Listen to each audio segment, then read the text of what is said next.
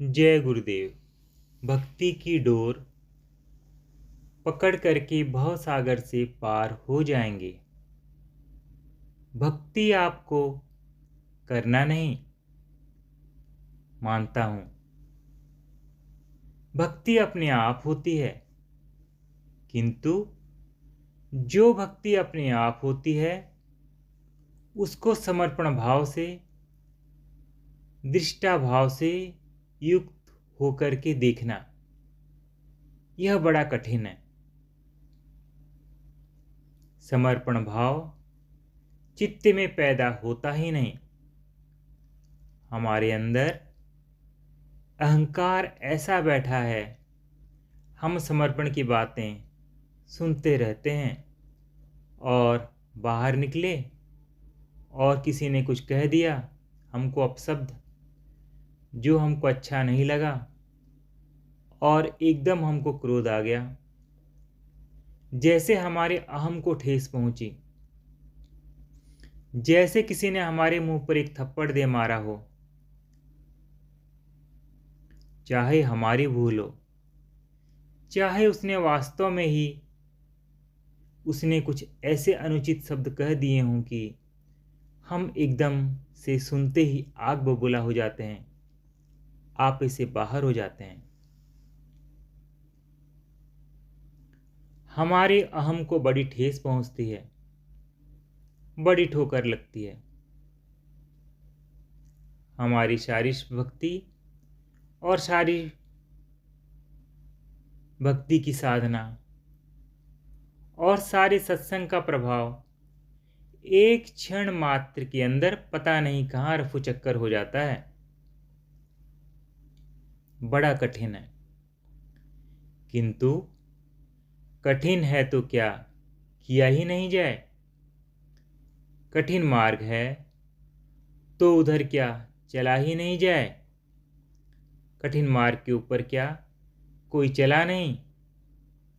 इस कठिन मार्ग के ऊपर चल करके क्या कोई पहुंचा नहीं। इस मार्ग पर लोग चले भी हैं और पहुंचे भी हैं। यह ठीक है कि हजारों चलना आरंभ करते हैं तो कोई एकाध पहुंच जाता है, किंतु पहुंचता तो है। वह जो एकाध पहुंचता है, शायद हम भी उस एकाध में ही हों जो वहां तक पहुंच गया। वैसे तो किसी उर्दू के कवि ने कहा है, सुना है कि शहरे इश्क के गिर्द मजारे ही मजारे हो गई हैं। जो प्रेम नगरी है, प्रेम नगरी अर्थात भगवान का घर, भगवान के घर, प्रेम नगरी को जाने के लिए कई निकलते हैं, बड़ी तैयारी करके, मन बड़ा पक्का करके, निश्चय करके, संकल्प करके। भगवान के यहाँ हम जाएंगे, भगवान को प्राप्त करेंगे, भगवान के दर्शन करेंगे, भगवान के घर रहेंगे, किंतु वहां तक पहुंच नहीं पाते। उस गांव के बाहर आसपास उनकी कब्र बन जाती है। तो सुना है कि शहरे इश्क के गिर्द मजारे ही मजारे हो गई हैं, कब्रें ही कब्रें। लाखों चलना आरंभ करते हैं, कोई एकाध पहुंच पाता है। यह इस बात का द्योतक है कि मार्ग बड़ा कठिन है, किंतु कठिनाई क्या है? कठिनाई केवल इतनी है कि हम में समर्पण का भाव नहीं है। समर्पण का भाव यदि हमारे अंदर किसी भी प्रकार से उत्पन्न हो जाए, जब जगत की ठोकरें पड़ती हैं, जब जगत में से आपको मान अपमान सहन करना पड़ता है, जब जगत के अंदर आपके ऊपर लांछन लगते हैं, जब जगत वाले आपका नाम धरते हैं, जब आप जगत की सेवा करते हो, तो जगत आपको ठोकरें मारता है। सारा समर्पण का भाव काफूर हो जाता है। अरे, मैंने जगत का इतना कुछ किया, जगत ने मुझे यह दिया। अरे, मैंने उसकी इतनी सेवा की, उसने मुझे उसका बदला यह दिया। हमारा अहम खड़ा हो जाता है और हमारा समर्पण भाव समाप्त हो जाता है। किंतु जो साधक होते हैं, जो सच्चे साधक होते हैं, वह जगत के प्रत्येक अत्याचार को सहन करते हैं। जगत का तो काम यही है, साधक के ऊपर अत्याचार करना। आपके ऊपर अच्छे भी अत्याचार करेंगे और बुरे लोग भी अत्याचार करेंगे।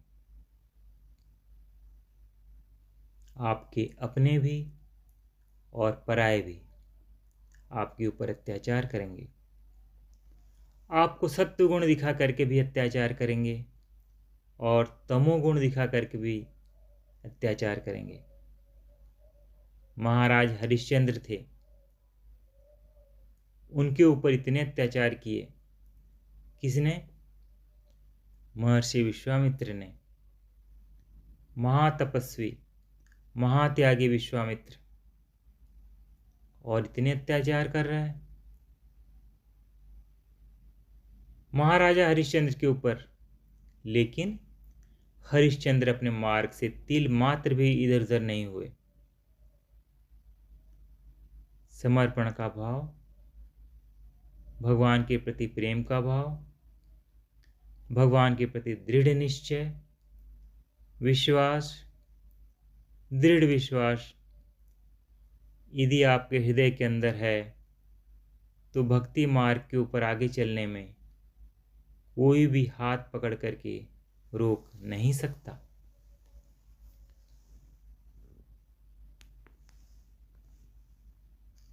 जय गुरुदेव।